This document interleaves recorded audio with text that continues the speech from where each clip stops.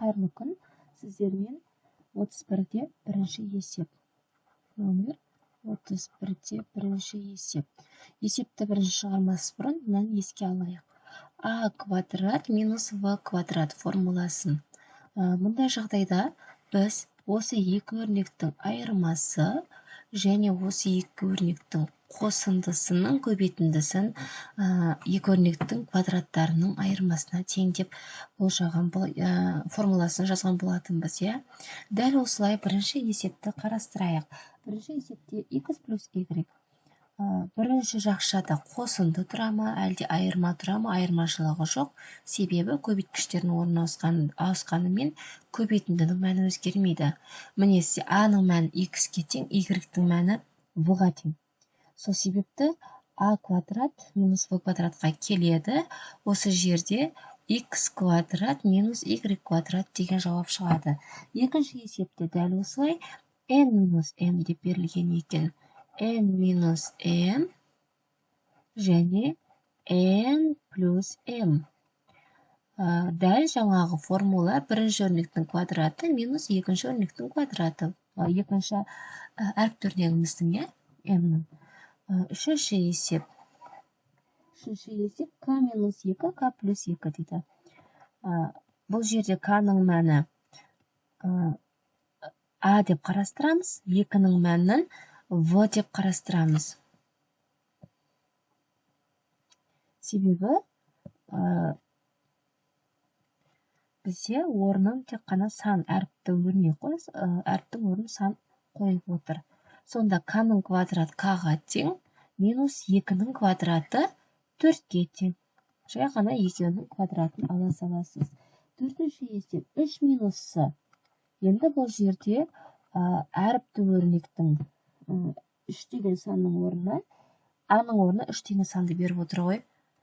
Сонда а-ның мәні 3-ке тең, ол а квадрат 3-дің квадраты. 3-дің квадраты ол менде 9-ға тең, сосын с квадратқа тең болады.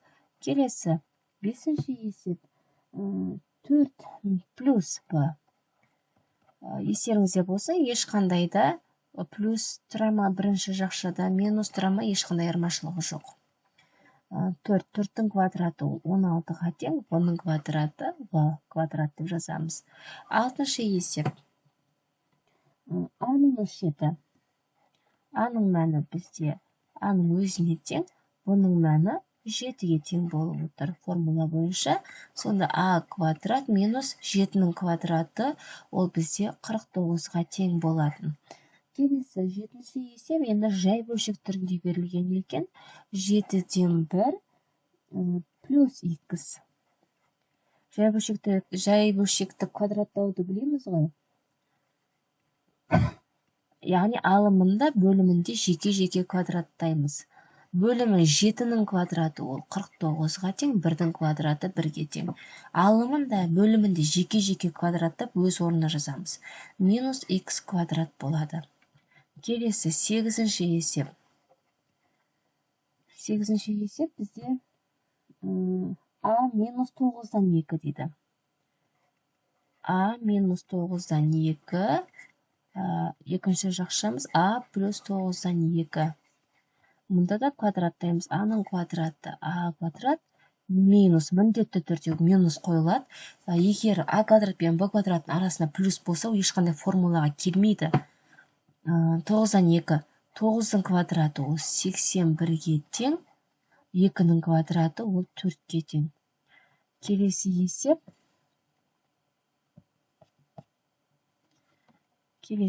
Ол бізде 9-шы есебі.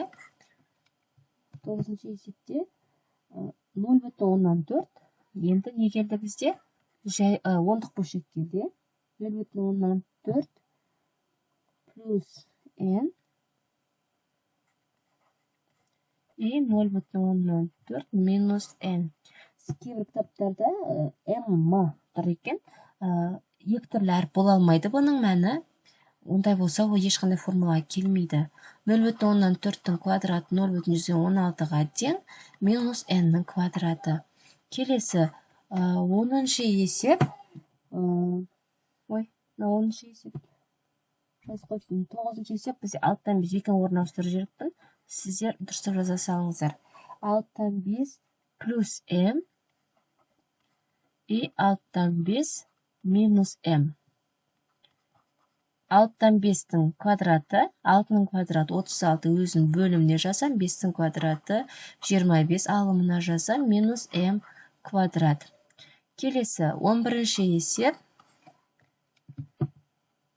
k плюс 1/1, k плюс 1/1 и k минус 1/1. Біз бұл жерде сандарды квадраттауды, ондық болсын, жай бөлшек болсын, квадраттауды білуіміз керек.